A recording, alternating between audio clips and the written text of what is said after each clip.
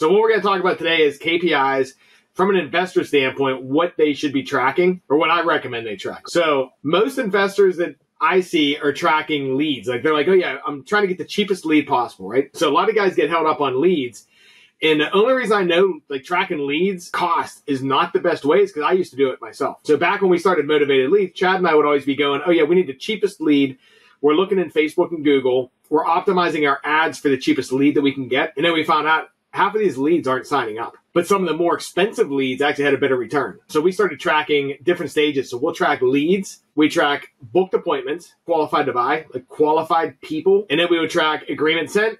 And then we track closed deals. So the main factor, the main thing any investor or any business should really be tracking is what's the cost per deal. And then look back at that and then look at the source and say, okay, is that source scalable? Can I get more of those? Here's how we track them. So what we'll do is I'll track ad spend and then all the leads from it. We call it tracking by lead in date. So there's different ways that guys track. I talk to some investors and they're like, yeah, you know what? I always attribute my deals back to the day the lead came in. And then other guys are like, you know what? June crushed it. Like we just crushed it in June. It was awesome. But meanwhile, the money you spent in January, February, and March is what generated the leads for the June sales. So what I recommend when tracking KPIs is track based on the lead in date. What I like to do is I'll put like January 1st through January 7th. For example, we'll say we spent $1,000 ad spend. We got 10 leads, 5 appointments. We'll say one of those people didn't show up and 3 of them are qualified to buy. We sent 2 agreements and we got 1 contract. So in this scenario, our cost per contract is $1,000. And what we're going to actually track, which I'm going to show you more in-depth tracking here in a minute, is back to the actual source also, right? So the reason this is important because a lot of guys will be here and they're going to like, oh yeah, I spent $1,000 and I got 100 leads. But how many appointments came from those 100 leads? Or how many qualified people came from it? Or how many agreement came from it? Or how many contracts? So that's why I was like looking backwards. I want to see, okay, how much did my cost per contract, like what was my cost per contract? And then work it backwards.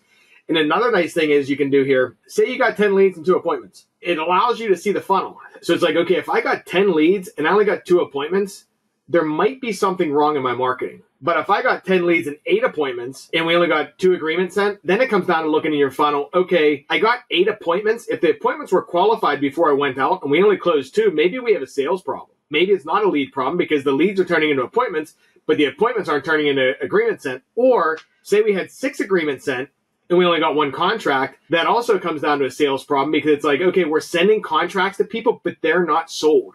So they're not signing, right? So it allows you to see the funnel there also. This is more along the lines of like how I would track things, like more in depth. For any of our investors too, we can give them this. But what it would be like, okay, we spent $6,200 on Facebook, $6,200 on LinkedIn, $6,200 on Google, $6,200 on Twitter, and it totals it up. Now that means, okay, our cost per lead, if we got 100 leads, is $250, which is right around like what the average cost for an investor would be. And then you got 50 appointments. So that means out of $25,000, if you got 50 appointments, your cost per appointment's $500.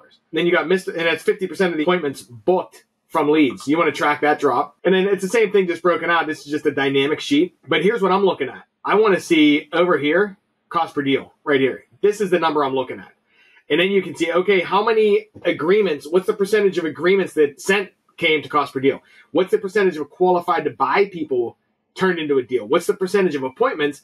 And what's the percentage of leads that turn into a deal? Because once you have this data, then it just comes into a numbers game. It's like if I want to double my income, I either need to get more leads or I need to convert more of the leads into appointments off of my same ad spend. Or I need to convert more of the appointments set into contracts. It gives you real clarity on that kind of stuff.